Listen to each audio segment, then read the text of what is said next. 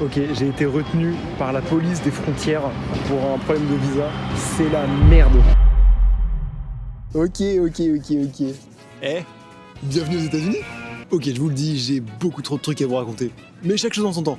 Aujourd'hui, je vais vous raconter toutes les péripéties que j'ai rencontrées pendant mon voyage pour arriver ici. Bon, alors déjà, contexte. L'idée, c'est que je parte de Paris à 13h direction New York, puis ensuite 2 heures de correspondance avant de reprendre un autre vol direction Détroit, la plus grande ville du Michigan. Le plan est parfait. Qu'est-ce qui pourrait mal se passer? Donc c'est parti, départ à 9h direction l'aéroport Charles de Gaulle avec toute ma famille. Et là, premier boss du jour, l'enregistrement des valises. En gros, j'avais droit à un bagage à main et un bagage en soute, qui devait faire respectivement 12 et 23 kilos chacun maximum. Bon alors moi évidemment, j'avais chargé mes valises comme un grand malade.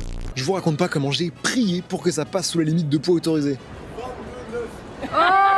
Bon, après avoir surmonté l'épreuve déchirante des au revoir avec ma famille, je suis allé passer la sécurité et j'ai enfin pu embarquer. 8 heures de vol. Ah bah faut trouver de quoi s'occuper. Bon moi en vrai, pas de soucis à ce niveau-là, j'avais du montage à faire, je devais organiser mes futures courses, mon emménagement. Bon ok j'ai menti, j'ai regardé Avatar et j'ai joué à Angry Birds. Et je regrette rien.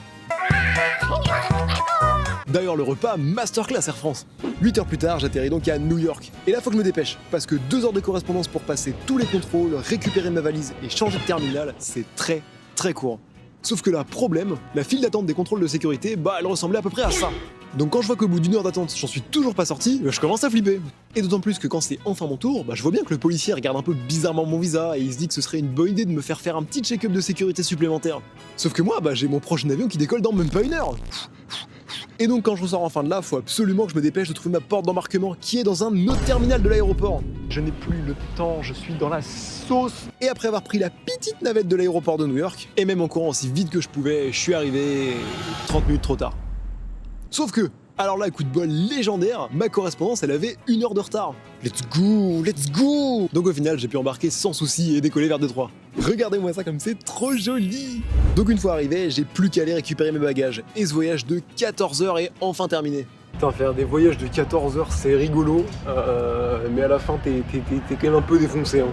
Et me voilà ici. Bon alors je sais, c'est tentant, on a envie d'aller tout voir, mais je vous promets que je vous garde ça pour une autre fois. Là tout de suite, j'ai encore pas mal de trucs à gérer. Ah, je savais que j'aurais dû bosser plus dans l'avion. Allez, sur ce, ciao!